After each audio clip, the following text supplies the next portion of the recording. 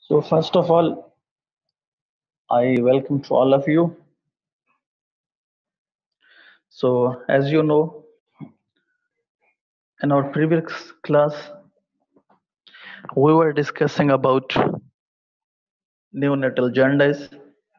We discussed clinical features, pathophysiology, and also last part we were discussing about the treatment. So I will resume my lecture from the last lecture, that was the treatment of the neonatal jaundice. Clear?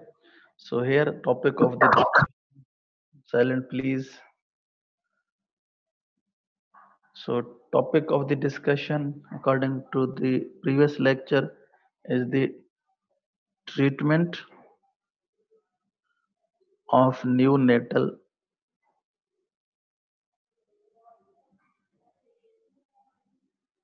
jaundice.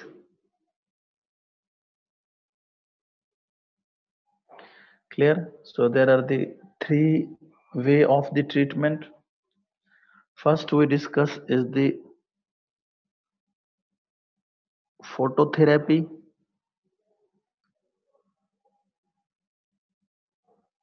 Okay, first way of the treatment is the phototherapy.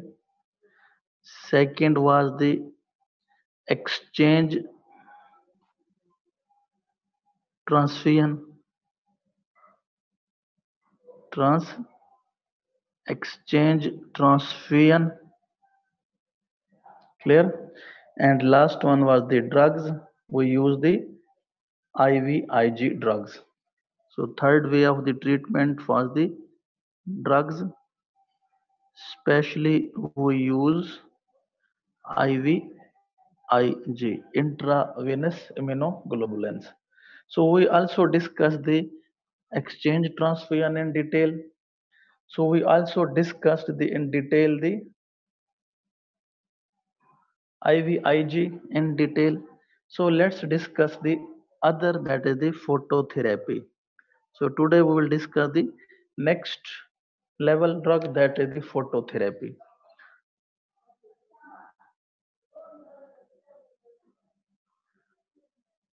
It means treatment with the help of light. Photo mean light and therapy mean treatment. So with what is the light? What should be the wavelength of the light? What is the most effective wavelength of the light that is used? So most effective wavelength is used, that should be 450 to 470 nanometer. So most effective wavelength of the light. It means what should be the wavelength of the light for the phototherapy. So most effective wavelength is used for 50 to 470 nanometer. Okay, so in different books it is a different. So according to the Ghai, okay, according to the OP Ghai, so its effectiveness is in between 460 to 470, 490 nanometer, and according to the Nelson book of the pediatrics, it is range from the 420 to 470 nanometer. So minimum 420 to 490 maximum. Okay, 420 is the minimum wavelength and 490 is the maximum wavelength. So wavelength should be in between 420 to 490 nanometer. So what is the mechanism for the phototherapy?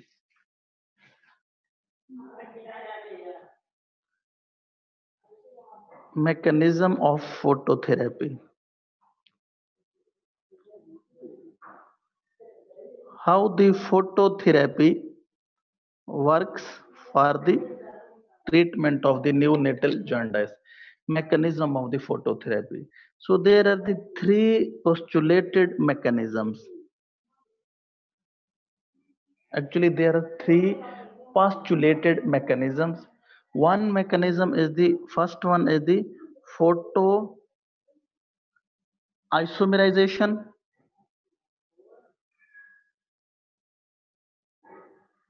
Second postulated mechanism is the structural isomerization. Structural isomerization. And third one is the photooxidation. Photooxidation. Clear? So there are three postulated mechanisms. So let's discuss all these three postulated mechanisms in detail. So first one, photomean light isomerization. So we have studied that neonatal jaundice is the due to the physiological clinical bilirubin, not a pathological. So physiological bilirubin is the unconjugated. Pathological bilirubin or pathological jaundice is the due to conjugated bilirubin. Clear? So when light falls on the baby, so then bilirubin, that is the especially unconjugated bilirubin, it will convert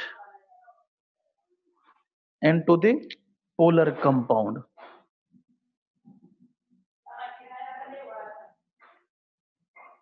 And which one compound? Polar compound. Keep in mind, the neonatal jaundice is the physiological jaundice. In the physiological jaundice, bilirubin is the unconjugated. We have discussed that unconjugated bilirubin is the unsoluble. It will not dissolve into the water, so it will deposit in the different parts of the body, especially in the eyes, skin, and impart the different colors to the skin and the eyes. Okay, so therefore, it is a physiological and the unconjugated. Okay, so unconjugated bilirubin is the unsoluble. So when the light falls on the skin, so bilirubin is converted into the polar compound. So this polar compound is soluble, it will become soluble. When this polar compound will become soluble, it will excrete through kidney.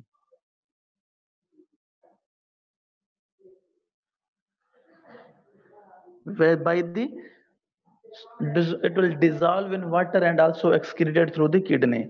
So this is the photoisomerism. Light falls, unconjugated bilirubin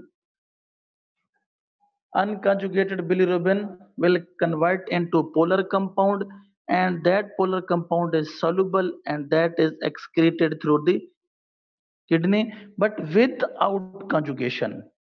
Clear? Here is the important thing is that without conjugation. Without conjugation. Clear?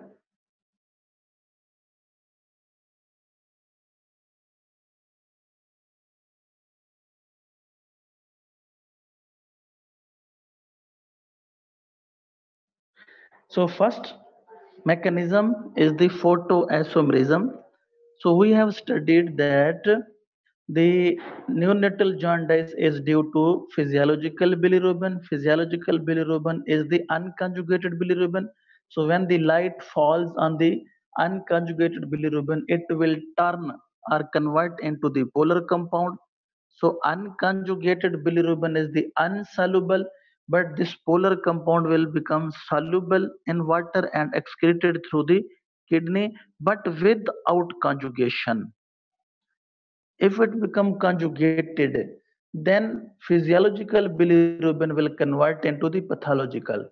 So here is the no conjugation, just only converting into polar compound with the help of light. So it is called as isomers. Bilirubin will convert. Bilirubin is the unsoluble, but it will convert into other isomer that is soluble, polar compound. But here is a problem. Here is a problem with this mechanism.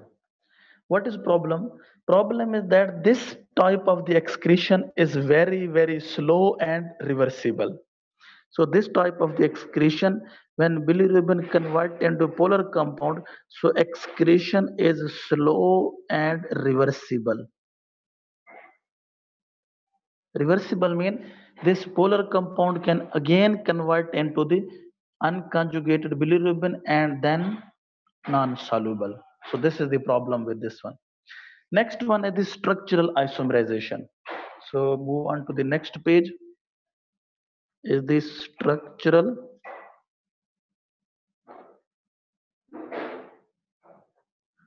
isomerization. Name is indicating that due to the fall of light, one kind of the bilirubin will turn its structure. So bilirubin will change its structure into other isomers. So this is the bilirubin that is unconjugated bilirubin. When the light falls, it will turn into the other structural isomers, that is the lumirubin. Lumirubin. So this is the isomer, but structural isomer. Structure of the bilirubin will change. So bilirubin will change into lumirubin, and that lumirubin is also soluble, and it is excreted through kidney.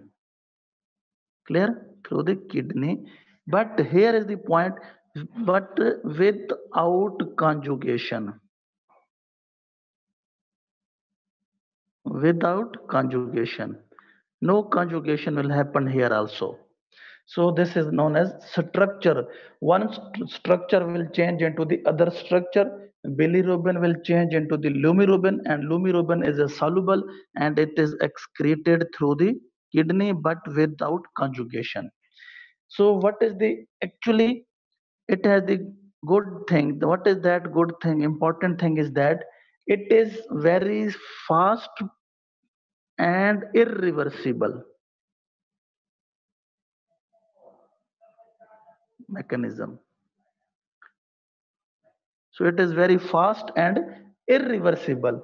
So photoisomerization is the slow and reversible, but once the structure of the bilirubin has changed into lumirubin, lumirubin cannot turn back into the bilirubin. So this is the fast and extremely important, most important mechanism by which phototherapy acts. So this is the star. What does star mean?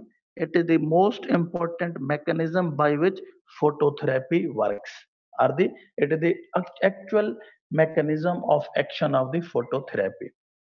Last part and last one is the third one, that is known as photooxidation. Photooxidation. Very simple. Photo light oxidation, it will oxidize. So bilirubin will oxidize. What is that? Bilirubin, when light fall, it will oxidize. So this oxidized compound of the bilirubin is soluble, and that soluble will excreted through the kidney. Clear?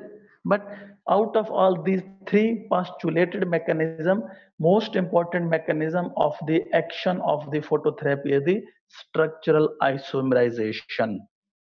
And least important is the photoisomerization. This is the least important.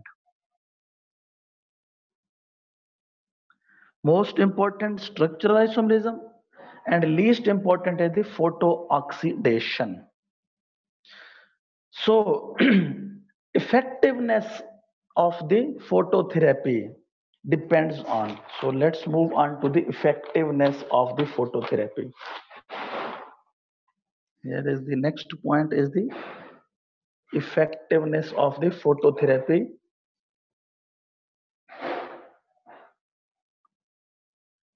Effectiveness of phototherapy. depends on. So what are the things on which the effectiveness of the phototherapy will depend? First thing is the exposed surface area. Exposed surface area. Exposed surface area means surface area of the neonate that is exposed to the light. Okay, so exposed surface area of the baby. So exposed surface area of the baby means the total or the surface area of the baby that is exposed to the light. Sir, no conjugation occurs in all of the mechanisms, right? Yes. So next one, exposed surface area of the baby. It means skin should be exposed, just only cover the eyes and covers the gonads. Eyes and gonads are covered. Other whole surface area of the body should be naked. Why you are covering the eyes? To avoid the retinal toxicity. Retinal toxicity, and cover the gonads to avoid the gonadal toxicity.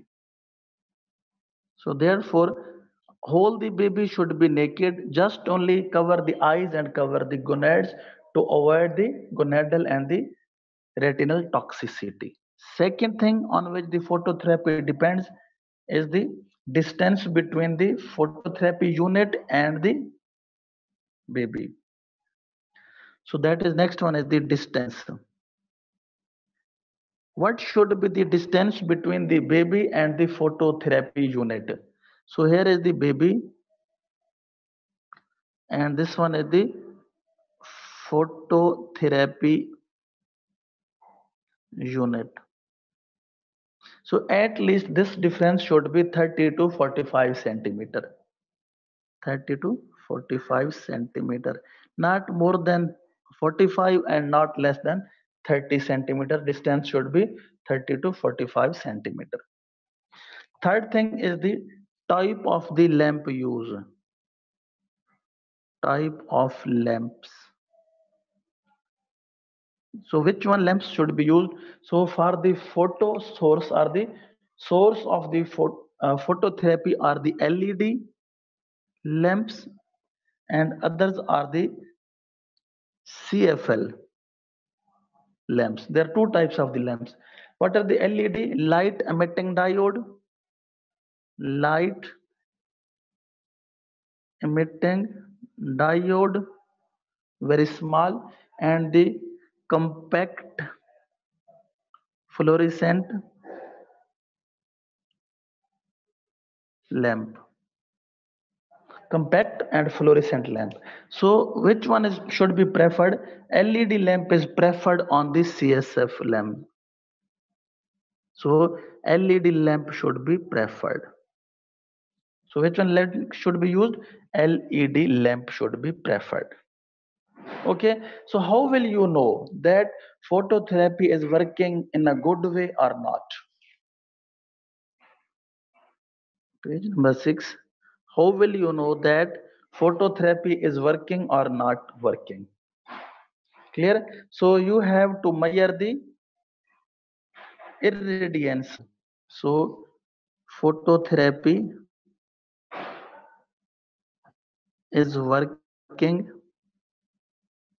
It means radiations are falling good way or not. So working or not working or not. So you have to measure the radiations by the using the flux meter. What is used? Flux meter is used to measure irradiance. To measure the radiance. So what should be the frequency of the radiations, or what should be at least how much radiations should fall on the baby? At least 30 micrometer per centimeter square surface of the baby per nanometer. So this is the, with the help of the flux meter, you have to measure that at least 30 micrometer per square centimeter of the light, and there is a per nanometer. Clear? So this is you measured with the help of the flux meter. So you will use the flux meter and you will check that if 30 micrometer per square centimeter per nanometer lights or radiations are falling on the surface of the baby, it means that your phototherapy is working. Otherwise, your phototherapy is not working. So you know every phototherapy is one kind of the treatment purpose. So every treatment has the adverse effect. So therefore, adverse effect of the phototherapy. So what are the adverse effects of the phototherapy? So most common adverse effect is the bronze baby syndrome. Bronze baby syndrome. You know, you have heard the word that skin color will change.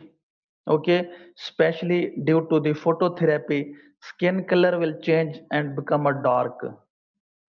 Okay, especially, so I tell you what will happen in the bronze baby syndrome, especially skin color. Due to the light, skin color will change into the dark. But this happens mostly into the conjugated bilirubin. Conjugated bilirubin. So when there is a pathological jaundice, you put the light, so the conjugated bilirubin, then the skin color after falling the light will change or turn into the dark brown. So that dark brown color will appear look like the bronze baby. Especially when there is a conjugated bilirubin, light falls on the conjugated bilirubin, then that will turn into the dark and skin color will become dark, looking like the bronze shape, brown baby syndrome. Maybe you have heard the word that is the gray baby syndrome. So gray baby syndrome is the adverse effect of the drugs, especially chloramphenicol. So when you use the antibiotic chloramphenicol, so as an adverse effect of the chloramphenicol, there will be a gray baby syndrome. Clear? So other one adverse effect is the watery diarrhea. What does mean? Why the phototherapy? You are putting the light on the skin, but your baby's intestine is going to disturb. How? What is the mechanism?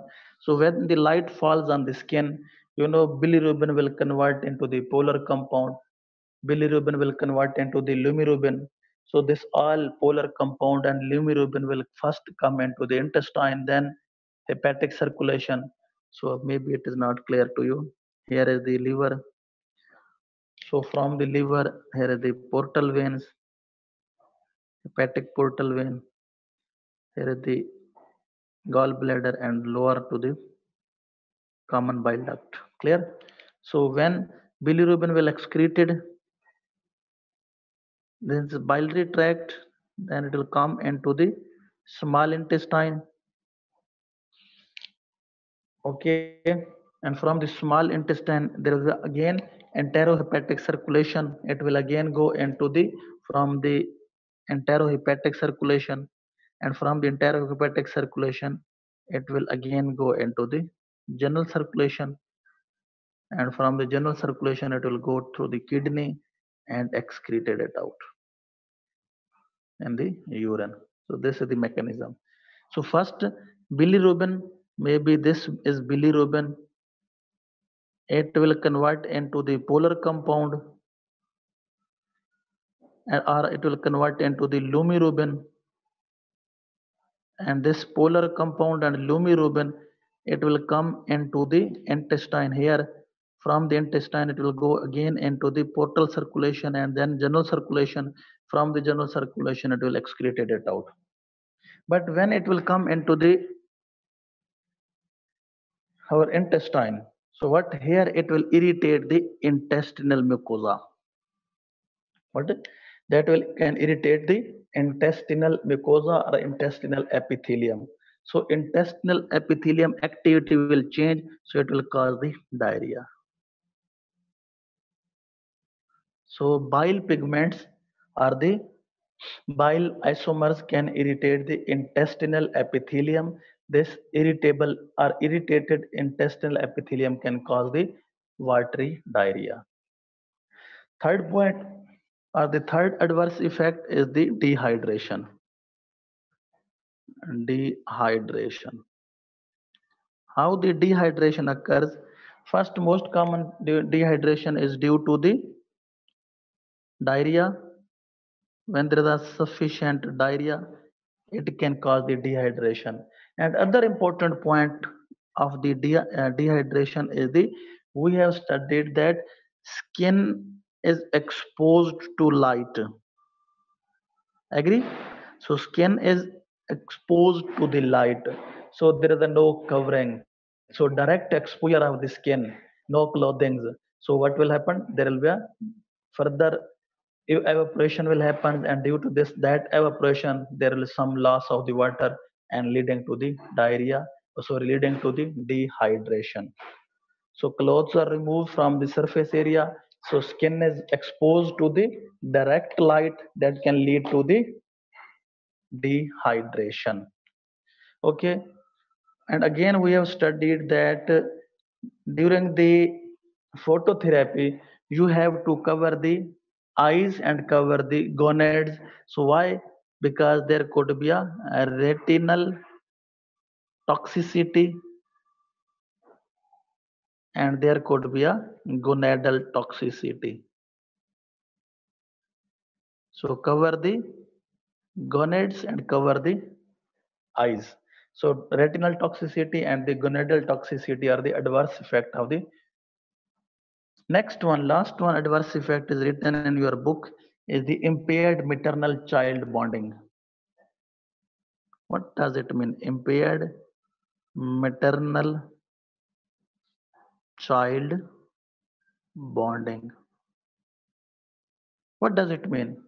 The baby that is exposed to the light or baby that is going under the phototherapy has no respect for her or his mother, because his mother is keep him away from his body. Actually baby will be, so this child or the baby will be in the phototherapy unit, mother will be in the nursery or mother will be in the gynecology department. So there is a gap, there will be no proper bonding between the child and the maternal or the mother. So distance, due to that distance it will be a lack of the concentration of the mother and the child to each other. So we will discuss all these things in a kangaroo mother care. Okay, so this will be impaired maternal child bonding. Though no maternal child bonding, so mother cannot properly supply the heat to the baby because baby is away from her. So next one point is really important, page number 8. Next one is the page number 9. So let's move on. So what is the cut off for phototherapy and what is the cut off for the exchange transfusion? So look at the healthy term neonates. Here is the healthy term neonates. Healthy and term neonates. Keep in mind, baby is healthy. There is no other problem. Nothing. Just only healthy baby and the term neonates. Just problem is the neonatal jaundice. So when you will find out, you have to go with the phototherapy or you have to go with the exchange transfusion. What are the cutoff value? So here is the cutoff, sorry, cutoff for exchange transfusion, and here is the cutoff value of the bilirubin for phototherapy, especially in the term neonates. Keep in mind, there is no other problem with the neonate. Only problem is the neonatal jaundice. How will you know that you have to go with the phototherapy or you have to go with the exchange transfusion? It depends on the cut off value of the bilirubin. So let's this one is the age of the baby. So if the age of the baby is 24 hours to 24 to 48 hours, this is the age of the baby, 24 hours to 48 hours. So if the bilirubin is more than 20 milligram per deciliter, more than 20 milligram per deciliter, definitely you will go with the exchange transfusion. If the age of the baby is 24 to 48 hours and bilirubin is more than 15 milligram per deciliter but less than 20, then you will go with the phototherapy. If the age increases, maybe age is 48 to 72 hours, then cut of bilirubin also changes. So then for the phototherapy it should be more than 25 milligram per deciliter, and for the phototherapy it should be more than 18 milligram per deciliter. If the age of the baby is more than 72 hours, then cut-off value for the exchange transfusion should be again more than 25 milligram per deciliter, and for the phototherapy it should be more than 20 milligram per deciliter. Only for the neonates who are healthy. Healthy term neonates have nothing other than neonatal jaundice. So if this happens in the preterm baby, what? So there are in the preterm neonates. How will you know in preterm neonates? What are the preterm? Keep in mind. It means they have two problem. One problem is they are preterm, and other problem is they have the neonatal jaundice. So what will you do? How will you know what should be the cutoff value for the phototherapy and what is the cutoff value for the exchange transfusion? So phototherapy cutoff, phototherapy cutoff, phototherapy cutoff value of bilirubin. So for the preterm neonates, it should be 1% of the birth weight in grams. 1% of birth weight in grams. Very simple. What does it mean? 1% of the birth weight in grams. Look at this one. This is the preterm baby. So if the weight of the baby is 1100 gram, so then what should be the bilirubin? It should be 1%. 1% mean 1100 gram baby should have the about 11 milligram per deciliter. If the weight of the baby is 2200 gram, it is near about the normal, near to normal. So it should be how much? 22 milligram per deciliter. So if the weight of the baby is 1100 gram, so then you will take the 1%. 1% mean 1% bilirubin according to the baby weight. As the weight decreases, so definitely cutoff value decreases. Consider the weight of the baby is 1500 gram. This is the weight of the baby. So then 1% bilirubin. 1% bilirubin means 15 milligram per deciliter bilirubin is cut off for the phototherapy. So what is the cut off for the exchange transfusion?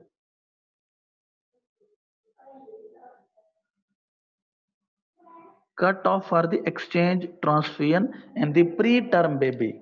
So it should be 1% of baby weight plus 5 milligram per deciliter. It means, so what does it mean? What 1% of baby weight mean? Actually, it is the cut of the phototherapy. Phototherapy cut off and add the extra 5 milligram. What does it mean? Very simple. if the weight of the baby is 1100 gram and 1% bilirubin, 1% bilirubin mean 11 gram per deciliter, then you will go with the phototherapy. What will you do? You will do the phototherapy. If you feel that weight of the baby is 1100 gram and you check that total bilirubin is 16 gram per deciliter, what is that? Here I should go with the milligram, sorry, here is the milligram, and you check that the weight of the baby is 1100 gram but bilirubin is 16 milligram per deciliter. So I should write 16 milligram per deciliter. It means 1% of baby weight, that is the phototherapy, and extra 5, it means more bilirubin. So 16 mean phototherapy cut off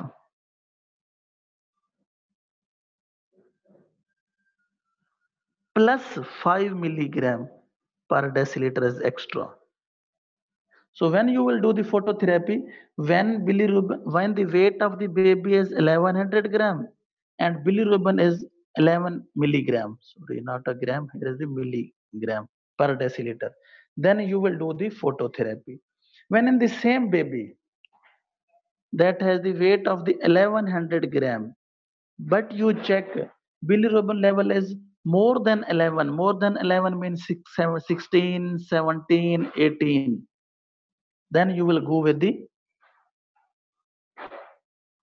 exchange transfusion for the preterm baby. Clear?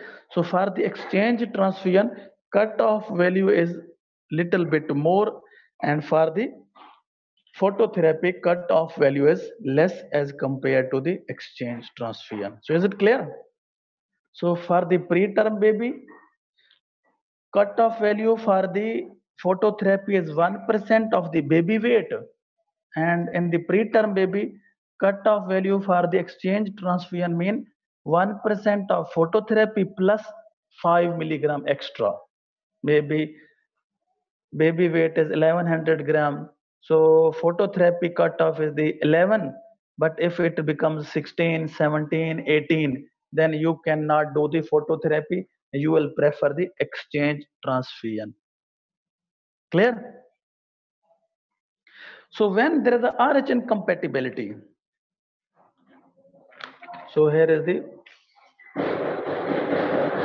when there is RH incompatibility, so then what are the indications? Okay, okay. Here the questions are repeat the preterm neonates. So when the preterm neonates, so what are the cutoff for the phototherapy and what are the cutoff for the exchange transfusion? Look at here. So phototherapy cutoff mean 1% of birth weight in gram. What does it mean?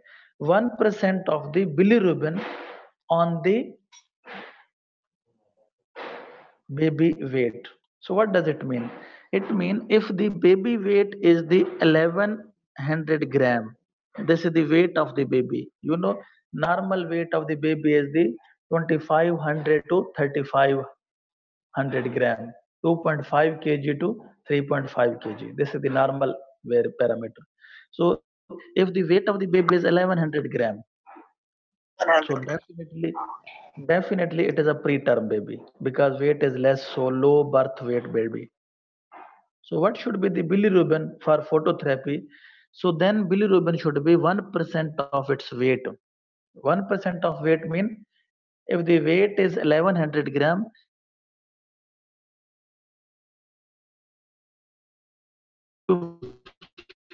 1100 and bilirubin is 11 milligram per deciliter, then you will go with the phototherapy and the preterm neonates. If you feel that weight is the 2200 gram, then what should be the cut off of this baby cutoff for this baby should be 22 milligram. Then you will go with the phototherapy. But on the other hand, how will you do that? So you will do the 1%, you will take the 1% of the phototherapy and add 5 milligram per deciliter extra. What does it mean? It means that if the weight of the baby or the preterm baby, look at here, if the weight of the preterm baby is 1100 gram and you feel that bilirubin is 16, 17 or 18, what does it mean? It means 1% of phototherapy cut off and extra 5, 6 or 7 is extra. So then you will go with the exchange transfusion. Now you will tell me, maybe very simple example. Here is the baby weight is 1200 gram. What is the baby weight? Baby weight is 1200 gram. And you feel that bilirubin is 12 milligram per deciliter. And in the same baby that you feel the bilirubin is 18 milligram per deciliter. So what will you do? If in the same weight baby, when the bilirubin is level is 12 milligram per deciliter, it means that is the 1% of baby weight, then you will go with the phototherapy. 18 milligram, it means that is more than 1% of the baby weight. How much more? About 6 milligram more. So then you will go with the exchange transfusion. So you will exchange the blood. Okay. So I think it will be clear. Next one is the when the baby has the baby with RH incompatibility. It means there is no compatible blood group between mother and the neonates. So what are the indications for the exchange transfusion? So indications for exchange transfusion. How will you know when the baby has the RH incompatibility? How will you know that you have to go with the exchange transfusion? So there are two indications. One, you will check the cord blood bilirubin. What will you check? Check cord blood, umbilical cord blood bilirubin.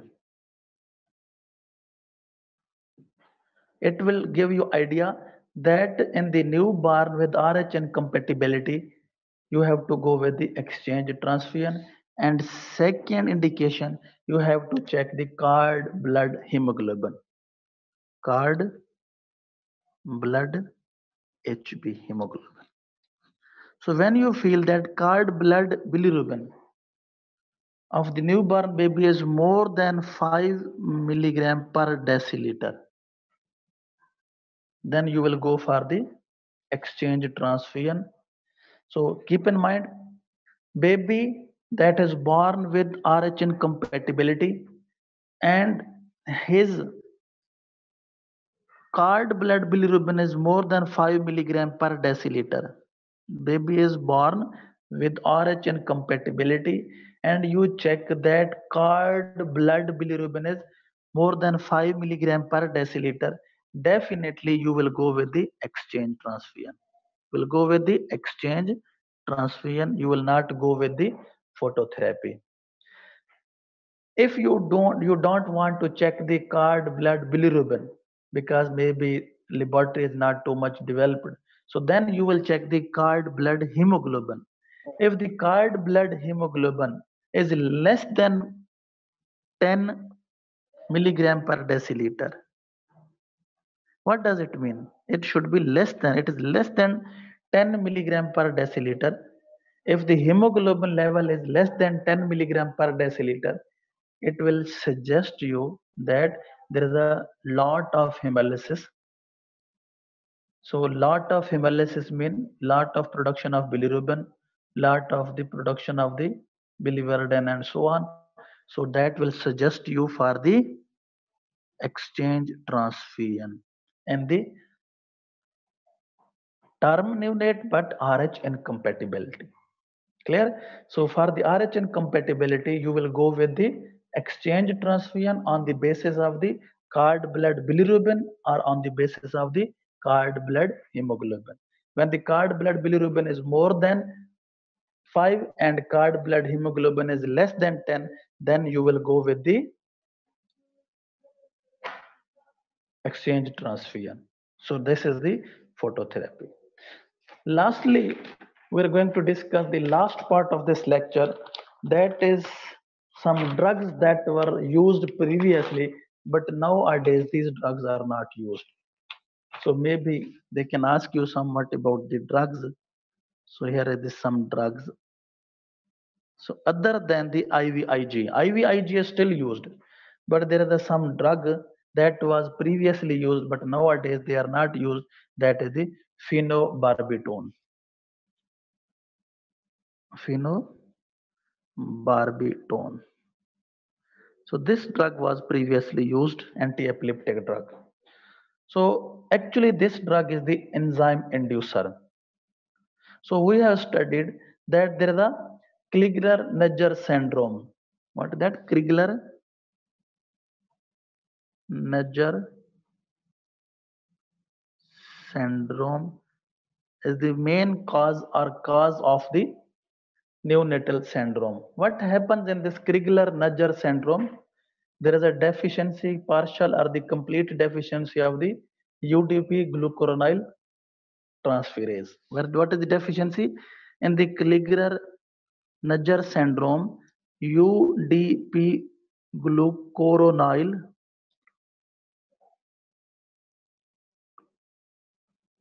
transferase. What is that? Glucuronide transferase deficiency. That will cause the conjugation. So in the Crigler-Najjar syndrome, there is that UDP glucuronide transferase deficiency. It is two types. One is the type 1 and other is the type 2. Clear? In the type 1 Crigler-Najjar syndrome, there is a complete deficiency. And in the type 2, there is a partial deficiency.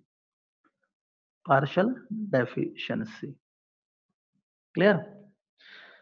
So what is the effect of the phenobarbital and the Crigler-Najjar syndrome? Look at here. When you give the phenobarbital, keep in mind, this is the phenobarbital. Phenobarbital is the enzyme inducer. What is that? Enzyme inducer. It will increase the activity of the enzyme. Which one enzyme? It will increase, positive sign mean increase the activity of the UDP glucuronide transferase. Glucuronide transferase. So glucuronide transferase activity will increase. So what will happen? It will convert the bilirubin into the conjugated bilirubin. Into conjugated bilirubin. Clear?